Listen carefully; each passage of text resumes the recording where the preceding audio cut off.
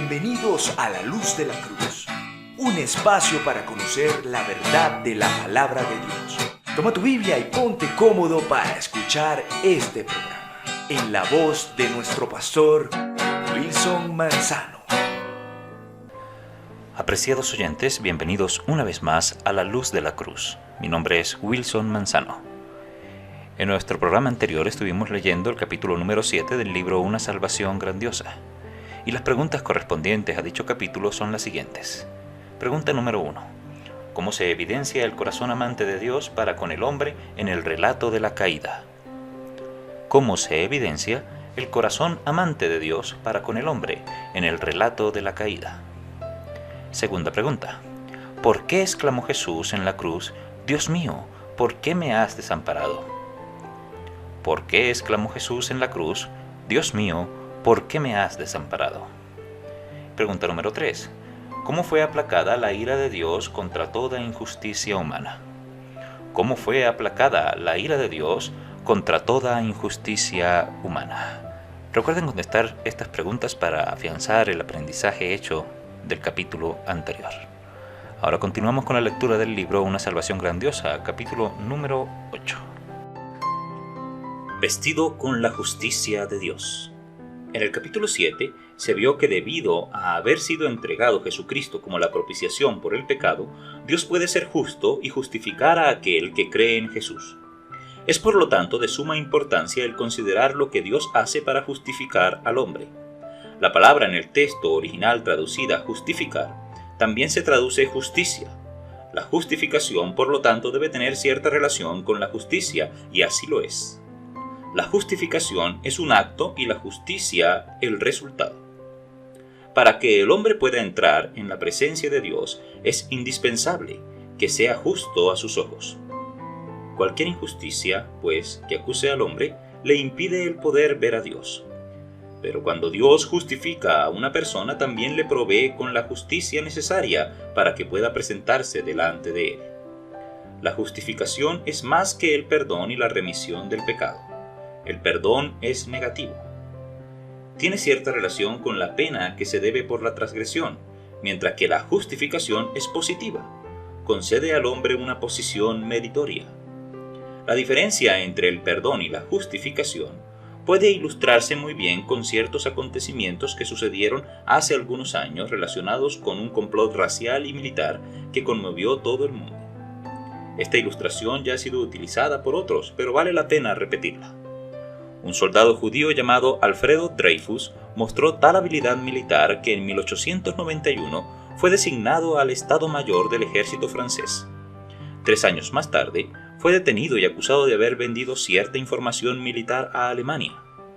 En el juicio que se formó, tuvo como resultado su destitución del ejército, la degradación pública y su traslado a la colonia penal francesa de la Isla del Diablo. Sin embargo, por no estar satisfecha la gente con el resultado de la pena que se había impuesto a Dreyfus, el presidente de la República Francesa le perdonó. Pero los amigos de Dreyfus no se contentaron con un mero perdón. Y en 1906, mediante un tercer juicio, Dreyfus fue completamente vindicado. Se le concedió el grado más elevado de comandante y se le inscribió en la Legión de Honor. Cuando Alfredo Dreyfus fue perdonado, después del segundo juicio, se le quitó la pena del crimen por el cual se había condenado y salió de la colonia penal de la Isla del Diablo para reunirse con sus familiares y amigos. Pero la afrenta de la acusación de traidor pesaba aún sobre él hasta que en el tercer juicio fue vindicado, ascendido al grado de comandante e inscrito en la Legión de Honor, y fue justificado ante el mundo entero. Se le concedió una posición de justicia perfecta que solo se otorga a los que han servido y honrado a su patria.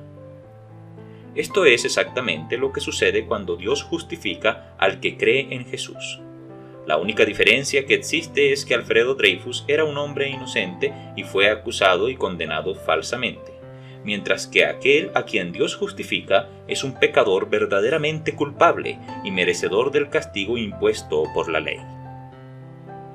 Todas las transgresiones son perdonadas. Debido a que el hombre es pecador y culpable, es preciso que Dios, al justificar a una persona, primeramente le perdone. Se dice que cuando Dios perdona al salvar a una persona, le perdona de todos los pecados, Colosenses capítulo 2, versículo 13. Este perdón de las transgresiones no es lo mismo que el perdón de Dios hacia un hijo que peca contra él como padre. Véase 1 de Juan capítulo 1, versículos 7 al 9. Sino que es un perdón judicial por el cual se declara al pecador libre de todas sus ofensas. Esto es hecho una vez para siempre cuando el pecador viene a la cruz. Dios nunca trata al pecador con benignidad y su perdón no consiste meramente en un acto de clemencia o de pasar por alto o poner a un lado el castigo, como cuando un hombre perdona a otro. Dios perdona solo y exclusivamente porque el castigo ha sido pagado por otro, por Jesucristo. Pues Cristo también padeció una vez por los pecados, el justo por los injustos, para llevarnos a Dios. 1 de Pedro capítulo 3, versículo 18. Porque sin derramamiento de sangre no se hace remisión de pecados, exige el perdón de Dios la redención. Por causa de Cristo. Se dice que el perdón de Dios está en Cristo, Efesios 4:32.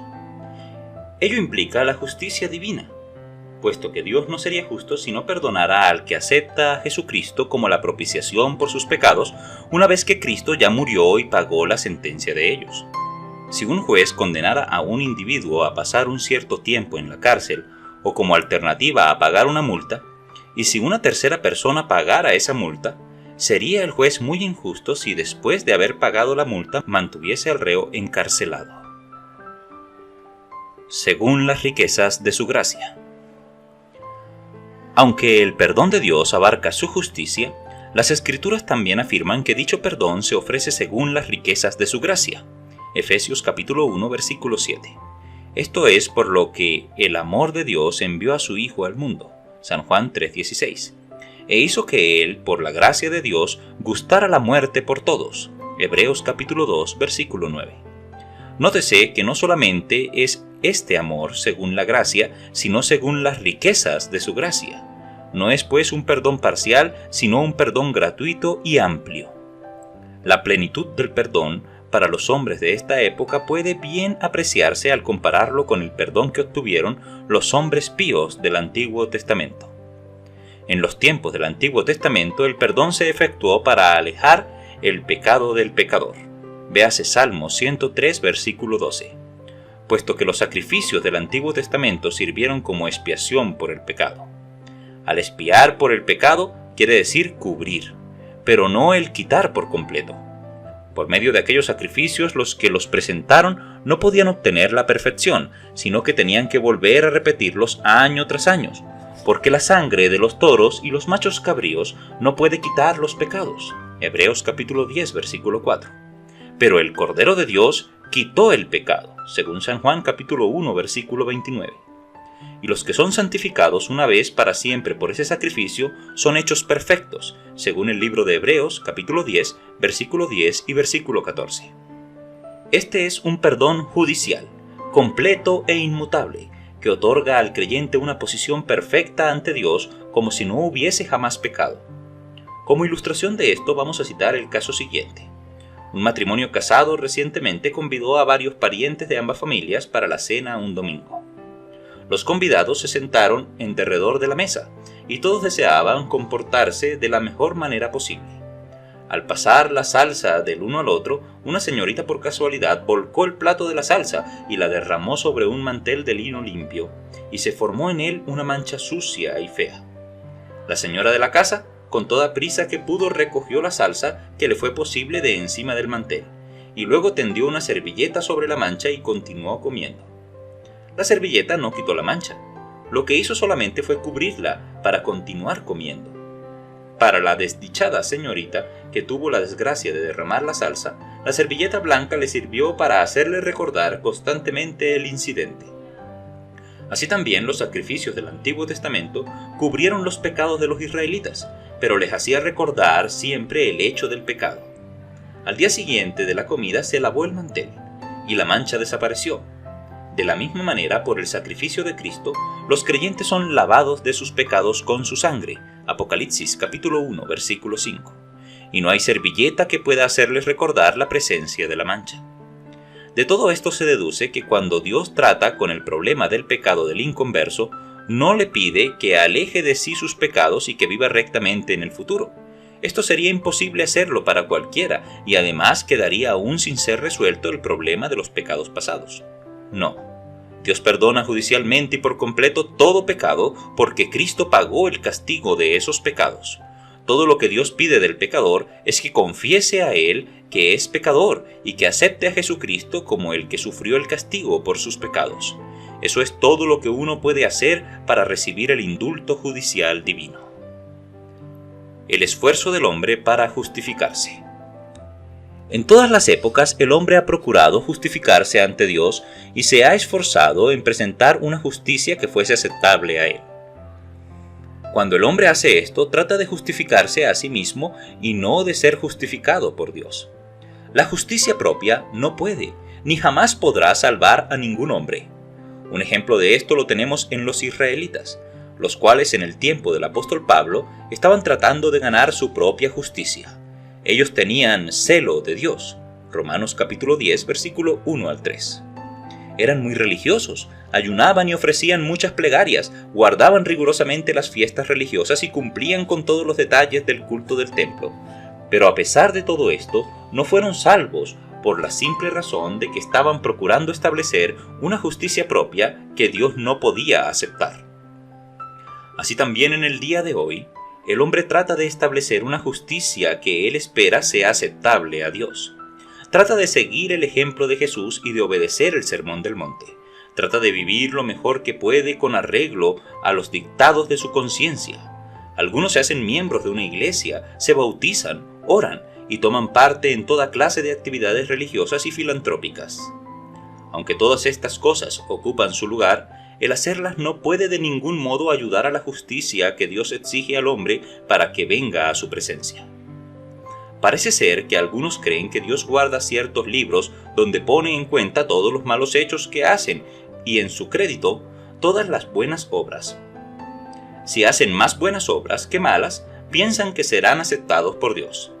Es imposible que Dios, que pide la perfección en todos los hechos, adopte tal método. No es pues una cuestión de un saldo a favor, sino de la perfección en todas las cosas, desde la cuna hasta la tumba, una imposibilidad fuera de la vida de Jesucristo.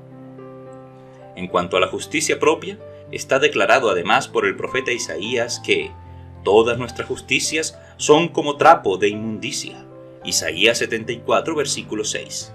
Se dice que el trapo de inmundicia aquí mencionado se refiere a la ropa con que se vestían los leprosos y que estaba naturalmente llena de lepra, la cual, siendo un tipo del pecado, ilustra muy bien el caso de toda la justicia del hombre contaminada por el pecado. Todo se hace con un espíritu de confianza en sí en vez de confiar en Dios, y esto, como ya se ha visto, constituye la esencia del pecado. Otros hay que opinan que como la ley, especialmente los 10 mandamientos, fue dada por Dios, el cumplimiento de ella pone al hombre en una posición justa ante Dios. Esto también es imposible, porque Dios requiere la obediencia y la perfección absoluta, y con tales cosas no se puede cumplir. Porque cualquiera que hubiese guardado toda la ley y ofendiere en un punto, es hecho culpable de todos los mandamientos. Santiago capítulo 2, versículo 10. A consecuencia de esto, por todas las obras de la ley, ninguna carne se justificará delante de él. Romanos capítulo 3, versículo 20. Véase también Gálatas capítulo 2, versículo 16. A través de 4000 años el hombre probó que era incapaz de ser justo, pues tanto los judíos como los gentiles habían sido culpables de estar bajo pecado, y no había justo ni aun uno entre ellos. Romanos capítulo 3, versículos 9 y 10.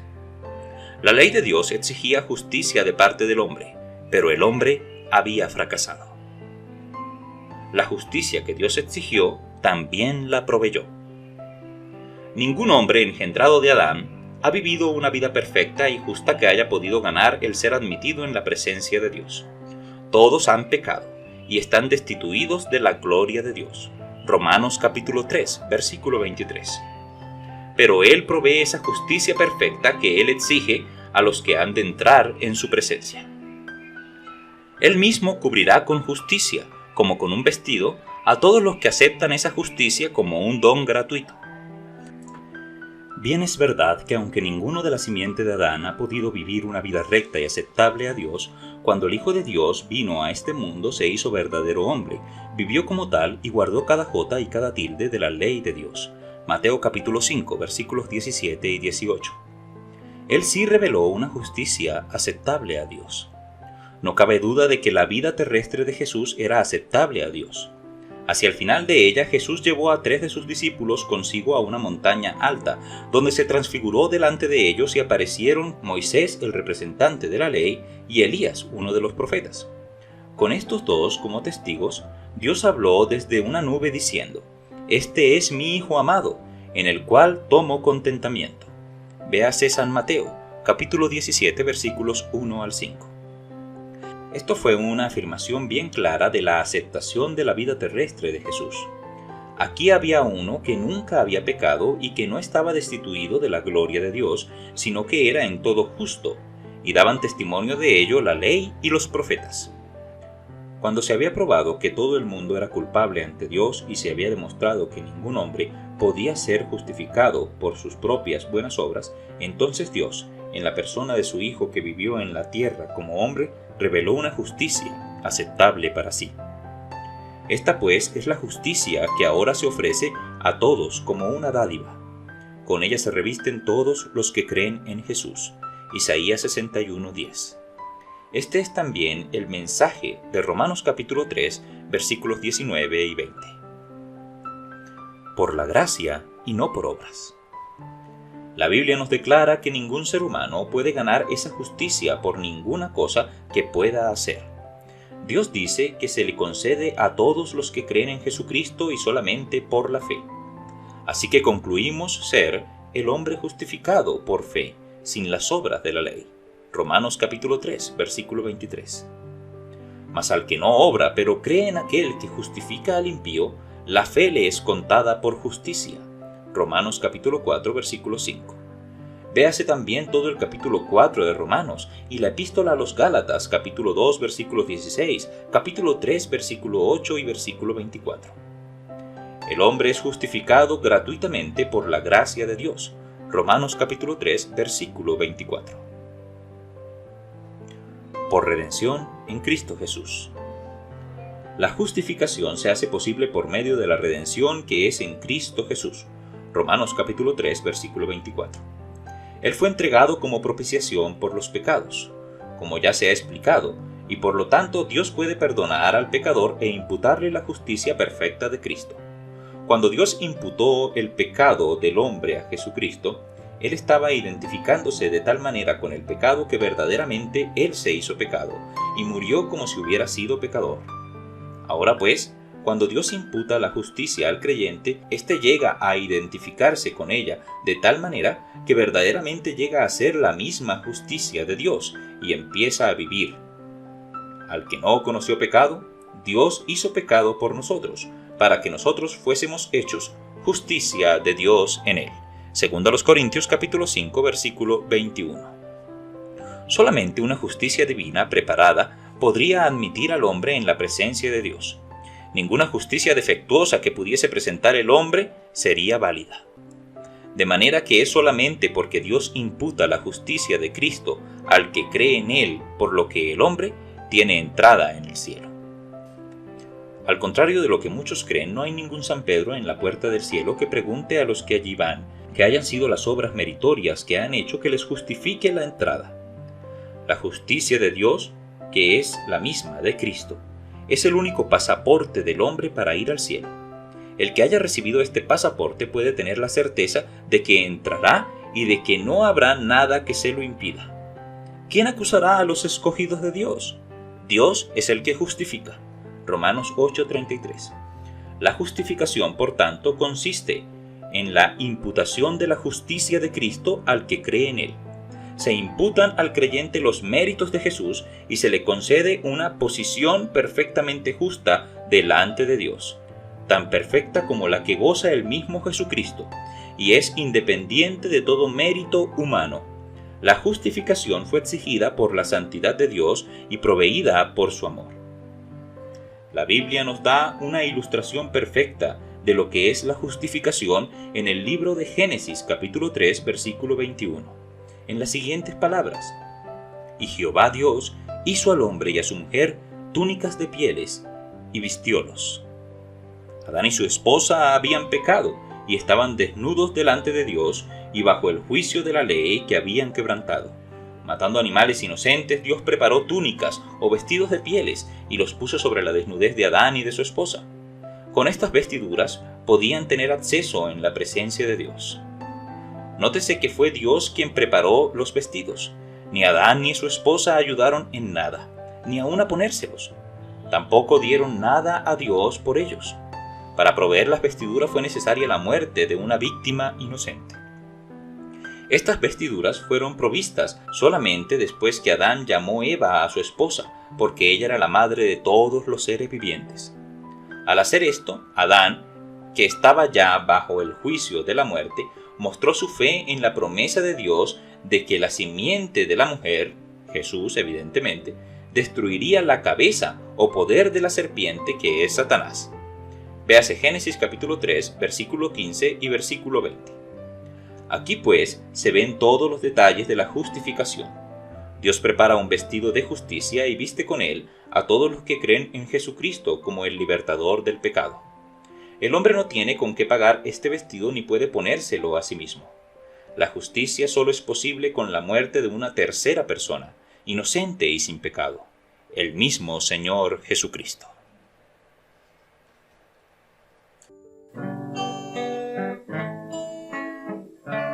Agradecemos su sintonía. Nos encontramos en una próxima oportunidad a la luz de la cruz. Denominación Evangélica Alianza de Colombia.